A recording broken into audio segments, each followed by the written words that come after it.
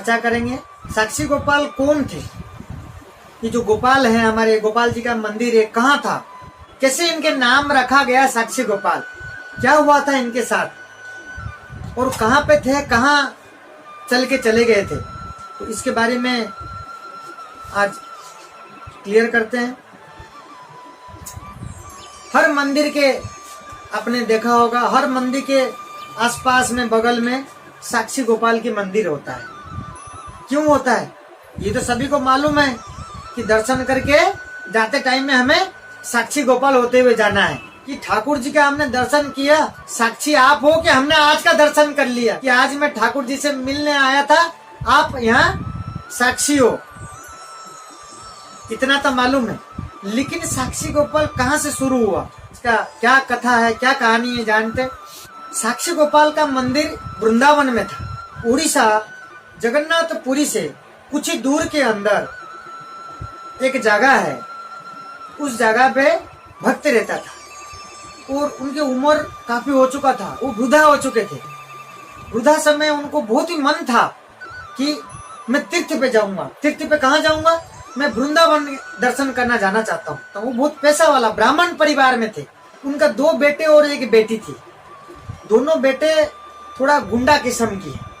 वो पिताजी के कहना मानते नहीं थे, सुनते नहीं थे, न किसी का सुनते थे वो। तो उनको तो कह नहीं सकता, तो किसको कहें? तो ब्राह्मण है, मन बहुत है, उम्र हो चुका है, जा नहीं सकते। उस जमाने में कोई गाड़ी घोड़े नहीं था और करीब वहां से वृंदावन 1800-2000 किलोमीटर करीब पैदल का रास्ता है। उस समय कहीं भी जाते थे पैदल जाया करते थे। तो सोचते सोचते उनको एक ब्राह्मण घर का, एक गरीब ब्राह्मण घर की एक युवा मिला। वो बड़ा जगन्नाथ भगवान के उपासक था, बड़ा भक्त था। जैसे इनसे मुलाकात हुआ वृद्धा से, तो इन्होंने कहने लगे कि बेटा एक काम करेगा, मैं वृंदावन दर्शन करना चाहता हूँ, मैं अकेला जा नहीं सकता, मेरे साथ तू चलेगा, तेरा खर्चा आने जाने का, जो भी खाने पीने का खर्चा मैं दूंगा, जो भी तेरा खर्चा लगेगा मेरे साथ मैं सारे करूंगा, तो कल सिर्फ मेरे साथ ही चलना। अब वो भगवान के भक्तता सुनते ही वो राजी हो गया। तो उन्होंने दूसरे दिन तैयार होकर के निकल पड़े वृंदावन यात्रा के लिए। चलते महीनों लगता था पहुंचने में। तो वृंदावन पहुंचे। वृंदावन में दर्शन करके रास्ता में जितने जगह रहना, खाना पीना, सब इन्होंने पैसा खर्च किए और रास्ता में रहना, धोना, जब भी कोई सेवा थक जाते थे, जब भी कभी कोई थकान आता था, वो जो युवा है हमेशा इनका, जो वृद्धा व्यक्ति है, उनके सेवा करता था हमेशा। जगह जगह जहाँ ठहरते थे, जहाँ रुकते थे, इनके सेवा करते हुए गया साथ में। और वहां पहुंचा। वहां पहुंचने के बाद दर्शन करके लौटते समय गोपाल जी का मंदिर पहुंचे थे और गोपाल जी का मंदिर में ठहरे हुए थे। उस समय में इनके पाँव में काफी दर्द था। तो वो क्या कर रहा था उस समय, वो जो युवा व्यक्ति, वो तेल गरम करके इनके पाँव में मालिश कर रहा था, ताकि इनकी जो थकान है वो दूर हो। वो मंदिर में बैठ करके ये काम कर रहे थे और इसकी सेवा देख करके उनका आत्मा को इतना शांति मिला, वो खुश हो गए। वो वृद्धा व्यक्ति इस व्यक्ति को, उस युवा व्यक्ति के ऊपर वो खुश हो गए। खुश होकर के कहने लगे कि तेरे जैसा कोई हो तो मेरे एक बेटी है, मैं उसको दामाद बना दूं घर का। तो ऐसे कहते कहते उनका मन में आया कि जब अपन लौट करके गांव पहुंचेंगे कि मेरी जो बेटी है, मेरे मन ये करता है मैं तेरे से ब्याह करवा दूं। तो गोपाल जी के मंदिर था, भगवान के सामने उसने कर दिया कि गांव जा करके मेरी बेटी से तेरे ब्याह करवाऊंगा।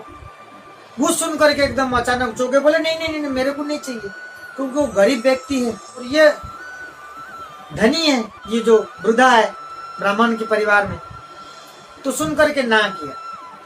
तो फिर भी वो वृद्धा व्यक्ति जो है बोले नहीं, उसके लिए चिंता करने की तेरे को कहीं किसी भी जरूरत नहीं है, ऊंचा नीचा कुछ नहीं होता, मेरी नजर में सब बराबर है और मैं ब्याह करवाऊंगा। ये वो ठाकुर जी के सामने कह दिया था। उसके बाद ये लोग वहां से दर्शन करने के बाद कुछ दिनों में लौट करके अपने गांव आ गए। गांव आकर के वो भी चला गया, ये भी आ गया।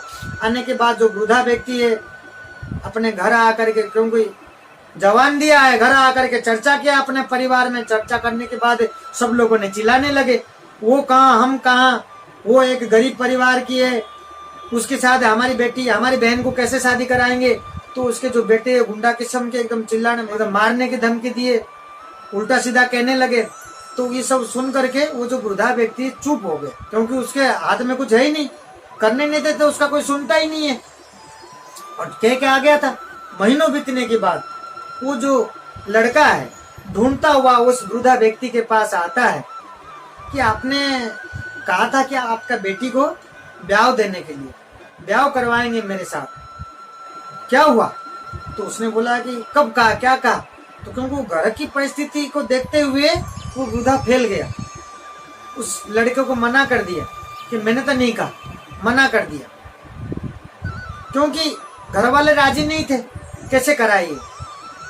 तो उस लड़का कहा कि बोले आपने तो कहा था, आपने वादा किया था मैं करवाऊंगा, फिर आप मना कर रहे हो। तो इन बातों को सुन करके परेशान हो करके गांव में जाकर के बताने लगा। तो सभी को बुला करके पंच बैठाया। उस टाइम क्या होता है, ये थाने शिकायत करना, ये कुछ करना, वो सब चीजें नहीं था। क्या होता था उस टाइम, गांव के जो मुखिया लोग होते थे आकर के पंच बैठाते थे, बैठ करके पंचनामा करते थे। तो इस तरीके से पंच बुला करके बैठा, और बैठाने के बाद जब बातचीत हुआ तो उस जगह पे यही सवाल उठा कि इन्होंने, ये जो वृद्धा व्यक्ति जो ब्राह्मण है, इन्होंने कहा था तेरे को, अब तो वो मना कर रहे हैं। तू कह रहा है इन्होंने कहा था बेटी ब्याह करने के लिए, और ये कह रहे हैं कि मैंने कहा ही नहीं।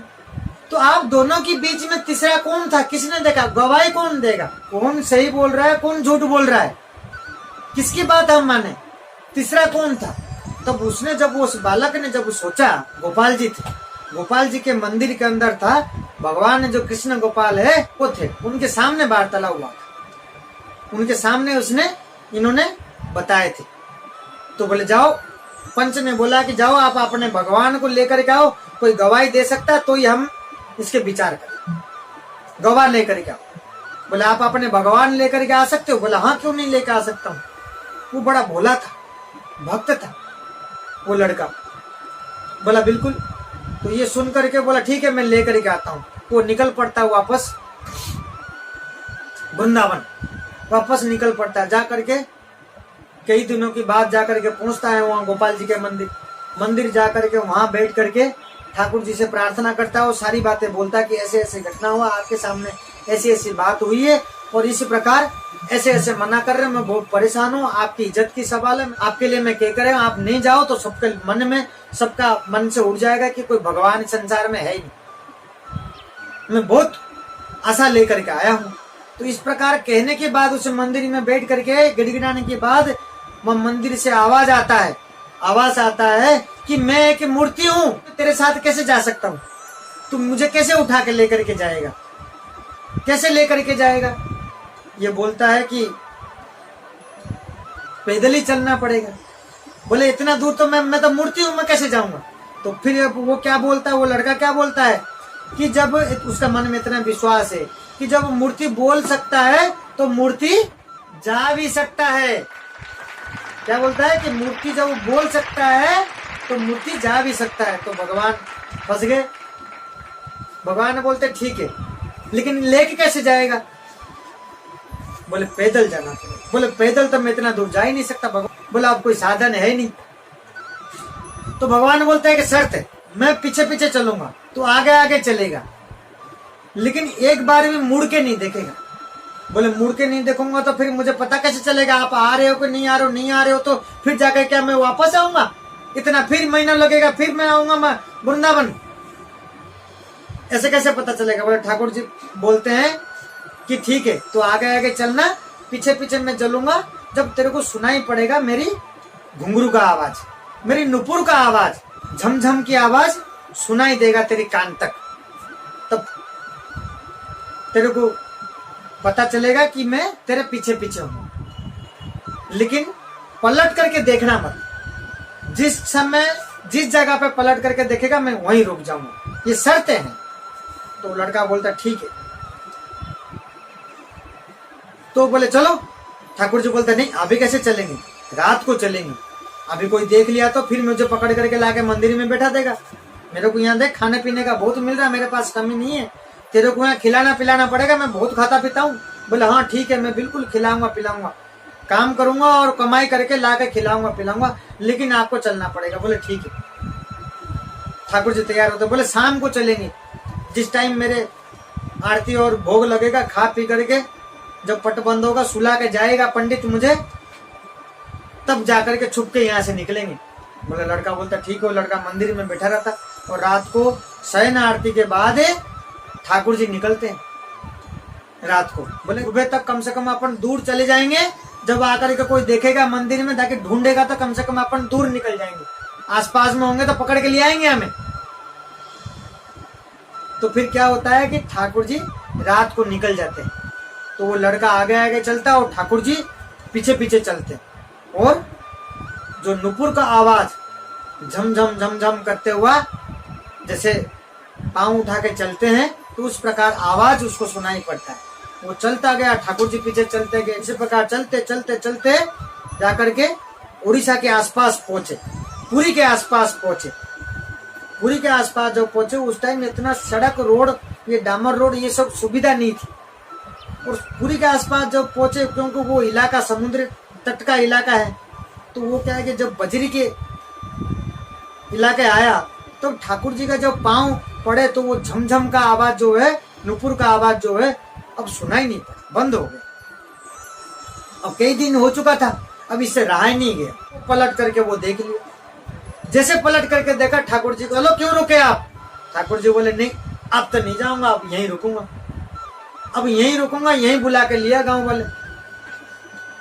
बोले मैं गांव वालों को क्या बोलूं?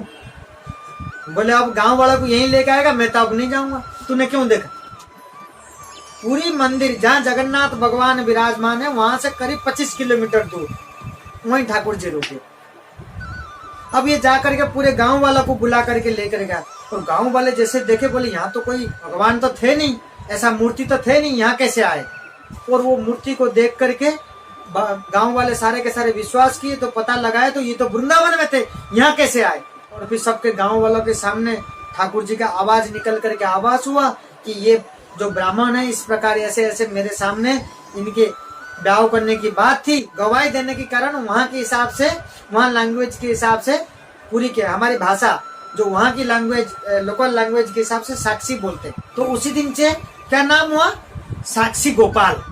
आज भी विराजमान है 25 किलोमीटर दूर श्री क्षेत्र से जगन्नाथ महाप्रभु जहाँ विराजमान है, वहाँ पे साक्षी गोपाल, कोई भी पूरी जाता है वो साक्षी गोपाल जी के दर्शन करते हुए आते हैं। वहीं मंदिर बनाया गया, वहीं भोग लगता है, वहीं ठाकुर जी विराजमान है, वहीं सभी दर्शन करके आते हैं। उसी दिन से उनका नाम साक्षी गोपाल पड़ा। तो जगह जगह आज कहीं भी दुनिया के अंदर कहीं भी मंदिर है ठाकुर जी का, भगवान के, तो वहाँ पे क्या होता है, उनके आसपास में गोपाल जी को विराजमान रखते हैं, साक्षी गोपाल कहते हैं। साक्षी गोपाल को विराजमान रखते हैं ताकि मैंने ठाकुर जी से आज मिलने आया और ठाकुर जी के दर्शन किया। हे प्रभु आप साक्षी रहना, गवाही देना कि आज मैं आया था, ठाकुर जी कहीं भूल जाए मुकर जाए, आप हमारे साक्षी हो, आप जरूर कहना कि मैं आज आया था। तो इसलिए साक्षी गोपाल होते हुए जाते हैं। तो साक्षी को गोपाल को दर्शन करने में आपकी क्या होता है, हाजिर लग जाती है। इसी प्रकार साक्षी गोपाल वृंदावन से वहाँ विराजमान हो गए, वृंदावन से चले गए थे। क्योंकि भक्त जो होते हैं, जो भाव से जो भक्त होते हैं, जो एकदम हृदय से बैठाते हैं भगवान को, तो भगवान से भी रहा नहीं जाता। भगवान भक्त के बगैर रह नहीं सकते, भक्त भगवान के बगैर रह नहीं सकते। तो भगवान भी भक्तों के साथ कहीं भी चले जाते हैं, हाँ पुकारते हैं, भगवान मंदिर छोड़ के वहाँ चले जाते हैं।